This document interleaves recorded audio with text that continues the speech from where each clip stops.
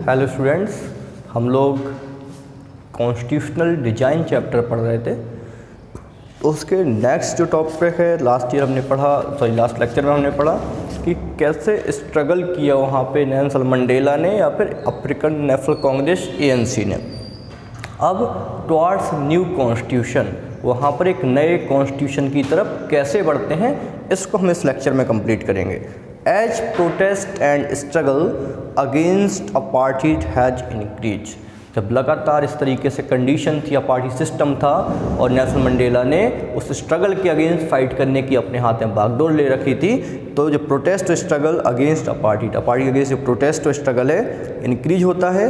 The government realise that, government इस चीज़ को रियलाइज करती है कि that they could no longer keep the blacks under their rule through repression. The government realise that, government realise करती है कि they could no longer keep the blacks under their rule through repression, कि वो blacks को बहुत लंबे समय तक रिप्रेस करके अपने अंडर में नहीं रख सकती है। The government realise that they could no longer keep the blacks under their rule through repression.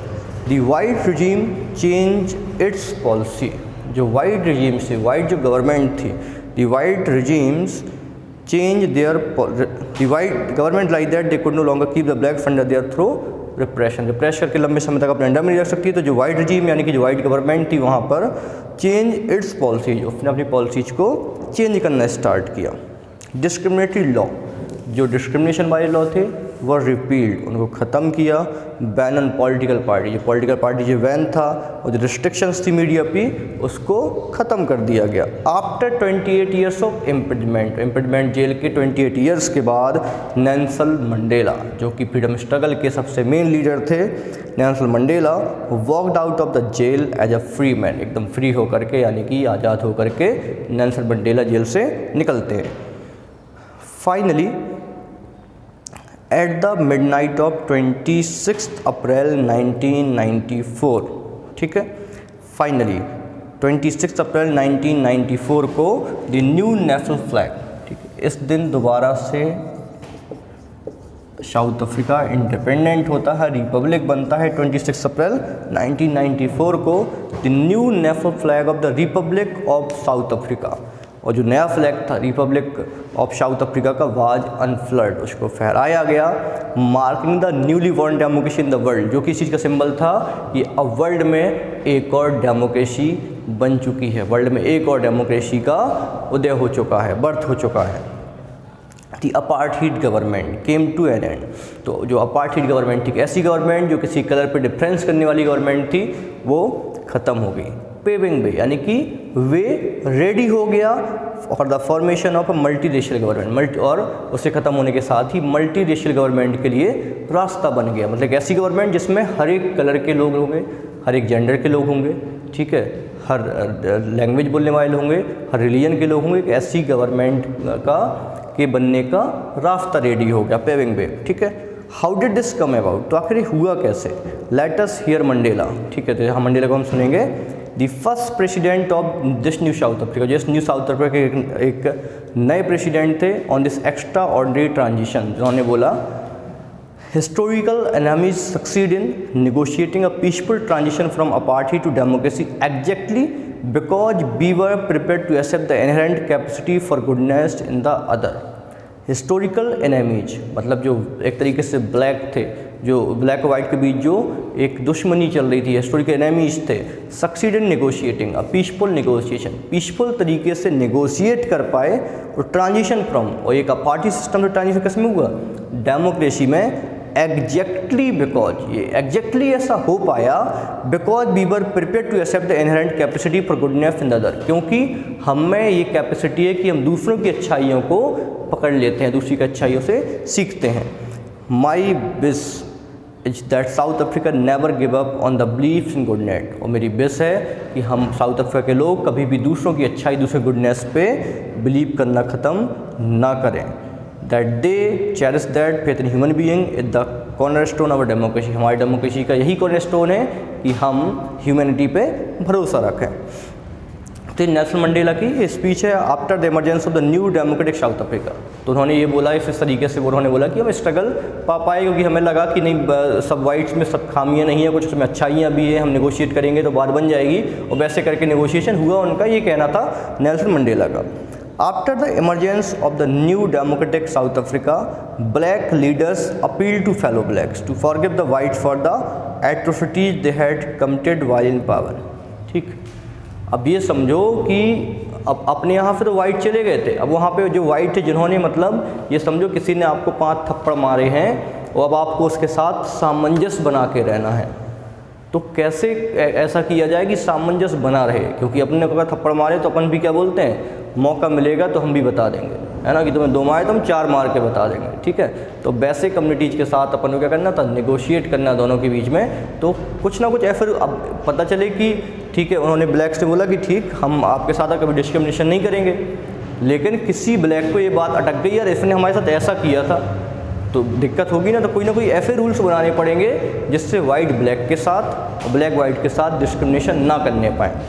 तो after the emergence of the new democratic South Africa, तो new democratic South Africa emergence के बाद black leaders appeal to fellow black, जो black leaders थे उन्होंने अपने fellow black साथी जो ब्लैक लोग थे उनसे अपील की to forgive the whites for the atrocities they had committed while in power.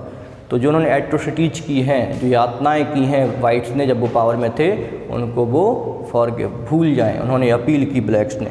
They said let us build a new South Africa, leaders ने बोला कि they said let us build a new South Africa, हम एक ऐसा South Africa बनाएंगे based on equality of all races and man and women, जिसमें सभी race equal होंगी, मैन और वुमेन इक्वल होंगे, डेमोक्रेटिक वैल्यूज होंगी, सोशल जस्टिस होगा, ह्यूमन राइट्स होंगे।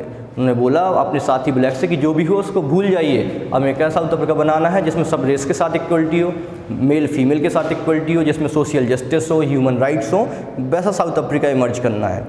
The party that rule through operation and virtual killing, तो वो पार्टी जिसने ऑपरेशन और वर्चुअल किलिंग से रूल किया, एंड द पार्टी, और दूसरी party that lead the freedom struggle, जिसने फ्रीडम स्ट्रगल किया, यानी कि जो वाइट्स की पार्टी और जो फ्रीडम स्ट्रगल यानी कि नेल्सन मंडेला की पार्टी, सेट टुगेदर, एक साथ बैठते हैं, to draw up a common constitution, और एक ऐसा कॉन्स्टिट्यूशन बनाते हैं जो उन वाइट्स पे और इन ब्लैक्स दोनों पे अप्लाई होगा। After 2 years of discussion and debate, 2 साल के लंबे डिस्कशन और डिबेट के बाद, they came out with one of the finest constitution the world has ever had.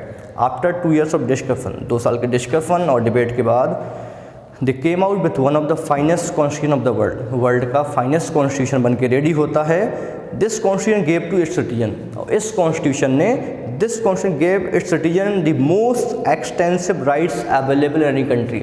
World की किसी भी कंट्री में जो लोगों को राइट मिलने चाहिए, किसी भी कंट्री में जो राइट मिल रहे थे, उन्होंने अपनी कंट्री के लोगों को प्रोवाइड किया साउथ अफ्रीका ने।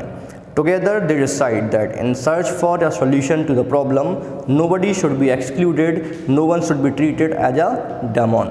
Together they decide, मतलब whites के लोग और blacks के लोग दोनों ने बैठ करके डिसाइड किया, in the search for a solution to the problem, problem के सॉल्यूशन के सर्च में ये डिसाइड किया कि nobody should be excluded, हम एक ऐसा कॉन्स्टिट्यूशन बनाएंगे जिसमें किसी को एक्सक्लूड ना किया जाए, जिसमें किसी को इग्नोर ना किया जाए। No one should be treated as a demon, किसी को as a demon, as a राक्षस, ठीक है, as a bad person treat ना किया जाए। दे एग्रीड दैट एवरीबडी, वो सब लोग इस चीज़ को लेकर एग्री हुए कि everybody should become part of the solution, हर सॉल्यूशन के सब लोग पार्ट होंगे। Whatever they might have done और रिप्रेजेंट द पास्ट, जो भी पास्ट में हुआ है, whatever they might have done और रिप्रेजेंट, मतलब पास्ट में किसी ने कुछ भी किया हो, लेकिन अब सब लोग सॉल्यूशन के पार्ट होंगे। The preamble to the South Africa constitution sum of this spirit, और इसको साउथ अफ्रीका के जो कॉन्स्टिट्यूशन है उसमें की कॉन्स्टिट्यूशन की प्रीएम्बल में ये चीज़ देखने को मिलती है। तो the South Africa constitution inspired democrats all over the world, जो साउथ अफ्रीका में जो कॉन्स्टिट्यूशन बना उसने वर्ल्ड के सभी डेमोक्रेट्स को, यानी कि सब डेमोक्रेसी चाहने वाले लोगों को इंस्पायर किया। स्टेट, क्योंकि साउथ अफ्रीका एक ऐसा स्टेट था denounce by the entire world, जिसके पूरे वर्ल्ड में डिनाउंस था, क्रिटिसाइज किया जाता, आलोचना हो रही थी, बुराई हो रही थी, till recently at the most undemocratic, एक मोस्ट अनडेमोक्रेटिक कंट्री में साउथ अफ्रीका को लोग क्रिटिसाइज कर रहे थे, लोग डिनाउंस कर रहे थे, now seen a model of democracy. अब डेमोक्रेसी का मॉडल बन गया, यानी कि ऐसी डेमोक्रेसी बन गई जो कि वर्ल्ड में सब लोगों को, हर एक लोगों को सबसे ज़्यादा राइट्स प्रोवाइड कर रही थी। What made this change possible was the determination of the people of South Africa to work together. What made this change possible? तो ये जो चेंज पॉसिबल आया was the determination of the people of South Africa, वो south Africa के people की determination की वजह से, टू वर्क टुगेदर, ठीक है, जो उनके लोगों की जो डिटर्मिनेशन थी टू वर्क टुगेदर, एक साथ काम करने की, to transform bitter experience into the binding glue of rainbow nation, और जो उनके एक्सपीरियंस थे उन्हें एक सब रेनबोनेशन यानी कि अलग अलग कलर वाले लोगों को एक ग्लू में, एक में यूनाइट के बाइंड करने का काम किया। Speaking on the south African constitution Mandela said, और मंडेला ने इसको लेकर के बोला कि हमारे जो कॉन्स्टिट्यूशन है वो ना केवल फ्यूचर की बात करता है, इवन जो पास्ट में हमने जो गलतियां की हैं वो गलतियां रिपीट ना होने पाए, उस चीज़ पर भी हमारा कॉन्स्टिट्यूशन फोकस करता है। तो कैसे हम एक कॉन्स्टिट्यूशन की तरफ बढ़े साउथ अफ्रीका में, वो हमने देखा, क्योंकि नीड ऐसी थी कि एक लोग जिन्होंने परेशान किया है, एक लोग जो परेशान हुए हैं, अब दोनों को एक साथ रहना था, तो कैसे एक भरोसे के साथ लोग रह पाए, इसलिए इनके लिए रूल्स एंड रेगुलेशंस बनाना जरूरी था। इसलिए दोनों लोग साथ में बैठते हैं, नेगोशिएट करते हैं, डिस्कशन चलता है, वर्ल्ड का एक बेस्ट कॉन्स्टिट्यूशन रेडी होता है। ठीक है, तो इस तरीके से हम कॉन्स्टिट्यूशन साउथ अफ्रीका रेडी हुआ। आगे हम देखेंगे नेक्स्ट लेक्चर में कि आखिर जो कॉन्स्टिट्यूशन है उसकी नीड क्यों होती है, क्यों आवश्यकता है कॉन्स्टिट्यूशन की। ठीक है, तो नेक्स्ट लेक्चर हम पढ़ते हैं। Okay, thank you so much.